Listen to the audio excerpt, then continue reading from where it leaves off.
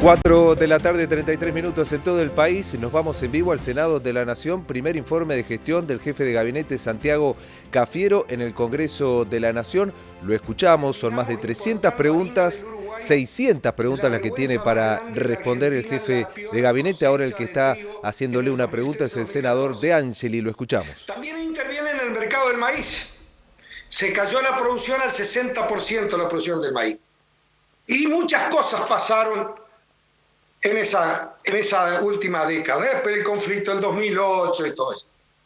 Bueno, llega el 2015, el gobierno de Mauricio Macri baja las retenciones, no las pudo sacar lamentablemente, baja las retenciones, hicimos 20 millones de toneladas de trigo, 18 millones, más de 20 millones de toneladas de maíz, exportamos, alcanzó para el mercado interno, se abren los mercados en el mundo, se empiezan a abrir frigoríficos, nos conectamos con el mundo, más de 200 mercados, se empiezan a exportar de todo, leche, carne, trigo, frutas, de todo, se abre, se conecta con el mundo. Bueno, empieza el gobierno el 1 de marzo, llega el presidente de la Nación, Alberto Fernández, y dice, tenemos que trabajar juntos, vamos a trabajar, muy ilusionados. Bueno, ya en diciembre nos pusieron unas retenciones, aludieron que era por una ley que había puesto el gobierno de Mauricio Macri. Bueno, el sector agropecuario no muy a gusto, pero aceptó. Y llegamos a este momento. Plena siembra de trigo en mayo, el Banco Central saca una resolución que va a permitir más dólares para la importación. El sector agropecuario necesita insumos importados, principalmente los fertilizantes, principalmente los repuestos. Tenemos mucha maquinaria agrícola que vienen del Brasil, que son importados. Hoy estamos pagando un repuesto o un insumo para la siembra de trigo o de $1 mucho más caro. Ya no es el dólar oficial. Y esto encima trae incertidumbre. Y a los productores, la verdad que lo han desilusionado, porque hay muchos productores que estaban con el proyecto de sembrar maíz, de crecer en la ganadería, los del norte con el girasol, con el algodón, los demás al oeste con otro tipo de economía regional. Y dice, ¿a dónde vamos a ir? ¿Qué pasa? Pasa esto, llega la intervención y expropiación de Vicentín. Esto puso en alerta todo. Con el tema de la soberanía alimentaria que hoy lo explicaba la senadora Gladys González. ¿Qué soberanía alimentaria si nosotros producimos 10 veces más alimento de lo que precisamos? Lo que hay a lo mejor es poder adquisitivo los argentinos, porque yo no veo desabastecimiento. Bueno, después vinieron con la referencia de precio. ¿Qué referencia de precio es? Tenemos un mercado electrónico que hoy a las 4 de la tarde usted ya sabe cuánto vale el trigo en Kansas, cuánto vale la soja. Todas las cosas. No, discúlpeme que tengo que ser un poquito más. Y me voy a tomar unos senadores que me dieron un poquito de tiempo. Entonces, me dicen, para pagar a los pequeños productores, ya la cooperativa de segundo grado ACA ya le pagó a muchos pequeños productores. Entonces, ¿qué decimos? ¿Qué quieren hacer?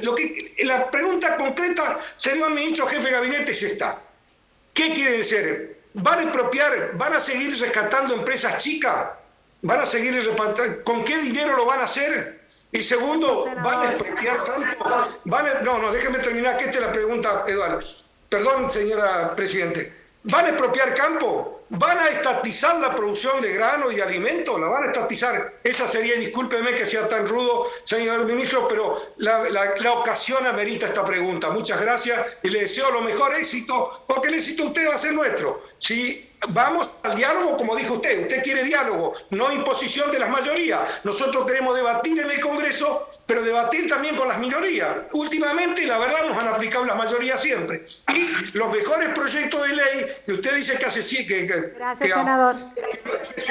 Sesionamos poco con Mauricio Macri, pero salieron las mejores leyes porque fueron las más debatidas de todas. Muchas gracias. Senador. Tiene la palabra, senadora Verazay.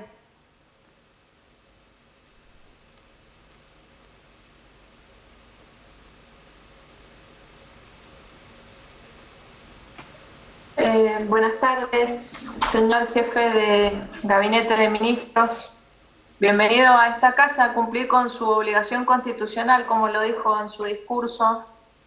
Aunque es una pena que venga a informar la marcha de gobierno sin que este Congreso haya recibido antes la ley de presupuesto para poder cotejar hechos con palabras.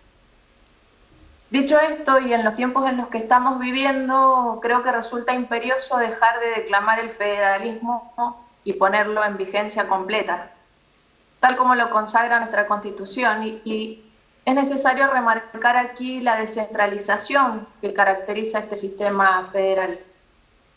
Lo digo para terminar de alguna manera con la discrecionalidad con la que se están manejando los recursos. Digo, federalismo y república son una utopía si los gobernadores simplemente se limitan a mendigar un recurso al presidente sin que éste resuelva esa necesidad o la resuelva de acuerdo a su humor o a la adhesión que se le preste. Federalismo también es utopía si al momento de una asistencia financiera el gobernador se encuentra negociando en condiciones que realmente son usureras de parte del Poder Central. En definitiva, digo, el federalismo es una utopía, no existe si frente a una emergencia como la que se vive no hay un reparto claro en el manejo de los recursos. Dicho esto y entrando específicamente al informe, yo me voy a centralizar en dos preguntas puntuales. En cuanto al programa para la emergencia financiera provincial, según el decreto 352 de este año y de acuerdo a la respuesta que usted me dio, yo le consultaba para que sepan los colegas respecto de cuál era el cronograma de desembolsos que se había previsto para los fondos de aportes del Tesoro de la Nación y el monto de los mismos. Su respuesta fue contundente: no hay cronograma ni monto estipulado. Y la verdad que esta es mi pregunta: ¿cuál es el motivo de por qué no podemos acceder a ese cronograma? Mire, señor jefe de gabinete, esa pregunta hacía referencia simplemente para tratar de darle algo de previsibilidad a los estados provinciales. Previsibilidad para planificar y previsibilidad para tratar de amortiguar un poquito el impacto de la crisis que está generando esta cuarentena. La verdad que el informe, lejos de ayudar, simplemente muestra a un Estado, diría, especulador. También consulté sobre cuál era el comportamiento del Estado en su rol como acreedor ante las provincias, plasmado en la misma resolución 223 de este año del Ministerio de Economía, en donde se establecía que el criterio para financiar a la provincia eran apenas 6 meses de plazo de gracia actualizable por ser y en 36 cuotas. La verdad que si yo me pongo a comparar, estas condiciones son las mismas que usaría si el acreedor fuera el Banco Central, el Banco Nación, perdón, o el Fondo de Garantía de Sustentabilidad. Como no encontré ninguna relación en ese comportamiento, y ese comportamiento respecto del concepto que usted mismo ha pronunciado varias veces en su discurso hablando de sostenibilidad, de deuda, yo puntualmente en las provinciales le consulté, puede chequearlo en la pregunta 536. ¿Cuál era el motivo por qué se utilizaban estas condiciones tan rígidas para financiar a las provincias o en los procesos de reestructuración de deudas provinciales?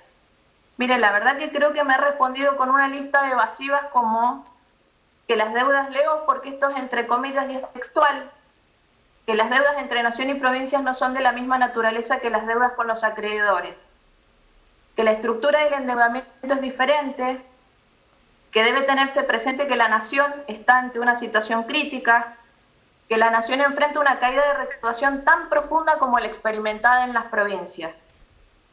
La verdad que me gustaría decirle que esto no es correcto, porque la nación es el principal responsable de los desarreglos económicos. Y no lo digo por este gobierno, lo digo por todos, sea el de Cristina Fernández, el de Macri o el de Fernández ahora. Esos desequilibrios los sufrimos todos, pero la diferencia, señor jefe de ministros, es que la nación cuenta con fuentes de ingresos que las provincias no lo tienen. En primer lugar, cuenta con los adelantos del Banco Central al Tesoro Nacional. En segundo, con los beneficios del Banco Central, que se transfieren al Tesoro o lo puedo decir de una manera más clara. Tiene emisión monetaria. Ya termino, Presidenta, por favor.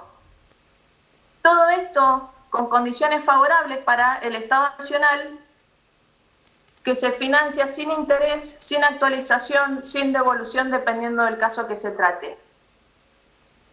Voy a ir sintetizando y voy a pedir la autorización para insertar porque la verdad es que si nosotros no discutimos estas formas en las que se financian a las provincias, se da por echado por tierra el concepto de sostenibilidad y de alguna manera creo que podríamos trabajar en conjunto para erradicar alguna conducta buitre a la hora de financiar. Finalmente, y adhiriendo a las palabras del senador Cobos, no puedo dejar de mencionar la necesidad de que la Nación le dé certeza sobre la evolución de nuestra obra Portezuelo del Viento.